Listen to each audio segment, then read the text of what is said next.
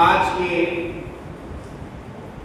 اس programme میں دینی اصلاحی پروگرام میں الحمدللہ آج یہ تیسرا درس ہے سیرت النبی صلی اللہ علیہ وسلم پر یہ تیسرا درس اور تیسرا پروگرام ہے۔ آئیے سب سے پہلے ہم سمجھتے ہیں کہ اللہ رب العالمین نے ہم سب کے نبی محمد رسول اللہ صلی اللہ علیہ وسلم کے بارے میں کس طریقے سے ہم سب کو حکم دیا کہ تمہارے نبی صلی اللہ علیہ وسلم تمہارے لیے کس طریقے سے نمونہ ہے۔ آئیے قرآن مجید کی آیت کریمہ دیکھتے ہیں۔ اللہ رب العالمین نے ارشاد فرمایا لقد کان لکم فی رسول اللہ اسوۃ حسنہ، بے شک محمد رسول اللہ صلی اللہ علیہ وسلم میں تمہارے لیے اسوہ موجود ہے، نمونہ موجود ہے۔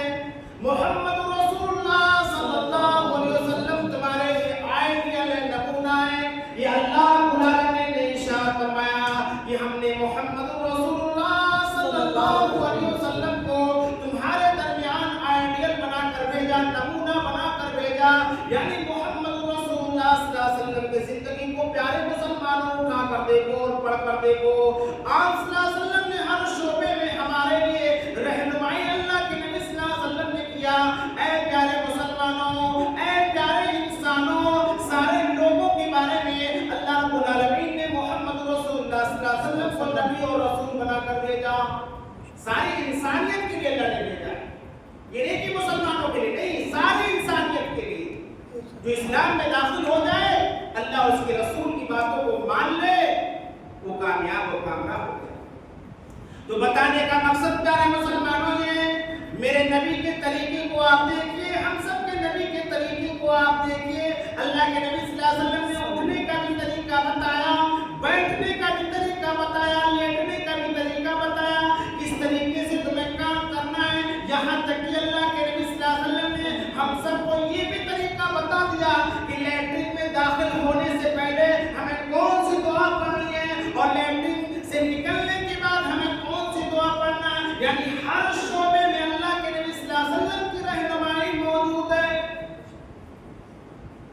اور اگر کوئی اللہ کے نبی صلی اللہ علیہ وسلم کا طریقہ چھوڑ کر کسی اور طریقے کو اپناتا ہے اور سوچتا ہے کہ ہم نجات پا جائیں گے، تو ہرگز وہ نجات نہیں پا سکتا ہے جب تک کہ محمد رسول اللہ صلی اللہ علیہ وسلم کے طریقے کو نہ اپنا لے، اور جب تک کہ محمد رسول اللہ صلی اللہ علیہ وسلم کو اپنا آئیڈیل اور نمونہ نہ تسلیم کر دے۔ آئیے بات میں وہیں سے شروع کرتا ہوں۔ اللہ کے نبی صلی اللہ علیہ وسلم توحید کی دعوت دے رہے ہیں۔ ہر نبی اور رسول نے اپنے اپنے زمانے میں توحید کی دعوت دی، یہی دعوت دیا کہ اے لوگوں قولوا لا الہ الا اللہ تفلحوا، اے میری قوم کے لوگوں اس بات کا اقرار کر لو کہ اللہ کے سوا کوئی عبادت کے لائق نہیں، تم سارے کے سارے لوگ کامیاب ہو جاؤ گے، کامیاب ہو جاؤ گے۔ یہ دعوت کیوں پہنچائی جا رہی تھی؟ وہ مشرکین عرب اللہ کو چھوڑ کر غیروں کی عبادت کیا کرتے تھے، شجر و حجر کی عبادت کیا کرتے تھے، جنات کی عبادت کیا کرتے تھے، اللہ کے فرشتوں کی عبادت کیا کرتے تھے، خانہ کعبہ کے اندر 360 بت رکھتے تھے، ان بتوں کی عبادت کیا کرتے تھے، انہیں کو نفع نقصان کا مالک سمجھا کرتے تھے، ایک اللہ کی عبادت نہیں کرتے تھے۔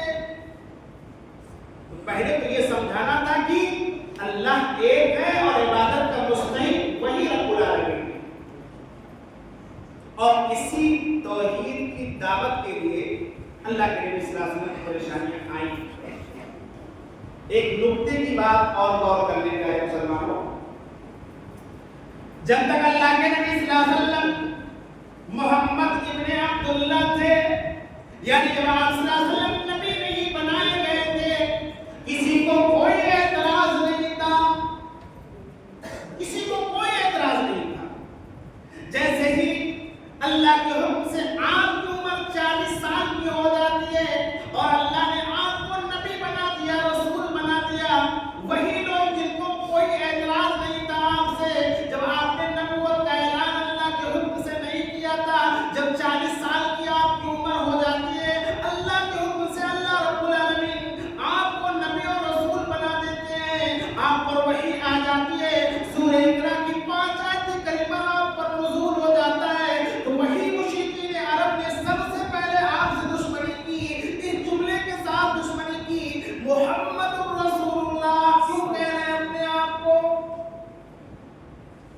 محمد ابن عبداللہ سے کوئی دشمنی نہیں تھی. جب آپ نے کہا میں محمد رسول اللہ بھی ہوں, دشمنی چالو ہو گئی کہ اللہ کی بات کو بتا رہے ہو ہمیں. ہمارے ساتھ دنیا کے اعتبار سے رہو, کھاؤ پیو, ٹہلو گھومو, ہمارے ساتھ رہو, ہم تمہارے ساتھ ہیں. لیکن ایک اللہ کی عبادت کی بات کرو گے تو ہم آپ کی بات نہیں مانیں گے بلکہ آپ کے دشمن ہو جائیں گے. نہیں پیارے مسلمانوں, اللہ کے نبی صلی اللہ علیہ وسلم نے کوئی سمجھوتا نہیں کیا. دنیا ہماری مخالف ہو جائے, ہمارے پڑوسی ہمارے مخالف ہو جائے, ہمارے گھر والے ہمارے مخالف ہو جائے, کوئی پرواہ نہیں پڑتا, میرا رب مجھ سے راضی ہونا چاہیے. اللہ کے نبی صلی اللہ علیہ وسلم نے توحید کو پہنچایا. توحید کے معنی کیا ہوتے ہیں جانتے ہیں؟ توحید کے معنی ہوتا ہے اللہ کو ایک ماننا, ایک جاننا, یہ لغوی معنی ہے. اور اصطلاحی تعریف اگر کیا جائے تو توحید کا معنی کیا ہوتا ہے؟ اللہ کو ایک ماننا اور ایک جاننا, اور محمد رسول اللہ صلی اللہ علیہ وسلم کو اپنا نبی اور رسول تسلیم کرنا. یہ توحید کا اصطلاحی معنی ہے. تو بتانے کا مقصد یہ ہے جب تک انسان اس پر کھڑا نہیں اترے گا, اللہ کو ایک مانا جائے اور اس کی عبادت کے ساتھ کسی کو شریک نہ کیا جائے اور عبادت کیا جائے محمد رسول اللہ صلی اللہ علیہ وسلم کے طریقے کے مطابق, اور محمد رسول اللہ صلی اللہ علیہ وسلم کو اپنا نبی اور رسول تسلیم کیا جائے اور مانا جائے, تب جا کر تم مسلمان اپنے آپ کو کہلا سکتے ہو. اور اگر شرک کر رہے ہو تو یقیناً مسلمانوں کی فہرست میں اللہ کے نزدیک تمہارا نام نہیں ہو سکتا ہے جب تک کہ انسان توبہ اور اصلاح نہ کرے. شرک کرنے والے کی کوئی اہمیت اللہ کے نزدیک نہیں ہے. وہی کلمہ پڑھ رہا ہے, دنوں رات کلمہ پڑھ رہا ہے, نماز کی پابندی کر رہا ہے اور قرآن مجید کی تلاوت کر رہا ہے, لیکن شرک بھی کر رہا ہے. اللہ کے سوا غیروں سے نہیں مانگ رہا ہے, اللہ کے سوا غیروں کو نفع نقصان کا مالک سمجھ رہا ہے, اللہ کے سوا ان لوگوں کو بھی مان رہا ہے کہ ہمیں بیٹا بیٹی دینے والے ہیں. نہیں مسلمانوں, اللہ کے آگے سارے کے سارے لوگ محتاج ہیں. سب لوگوں نے اللہ سے مانگا, جہاں سے سب نے مانگا وہیں سے تم بھی مانگو. اگر اللہ کے بندے سے تم نے مانگ لیا, کسی اور سے تم نے مانگ لیا, کہیں استھان پہ جا کر تم نے مانگ لیا, شرک کیا, جب تک انسان توبہ نہیں کر لیتا ہے, اصلاح نہیں کر لیتا ہے, جب تک اس کے لیے نجات کا ذریعہ نہیں ہے. لاکھ کو کلمہ پڑھتا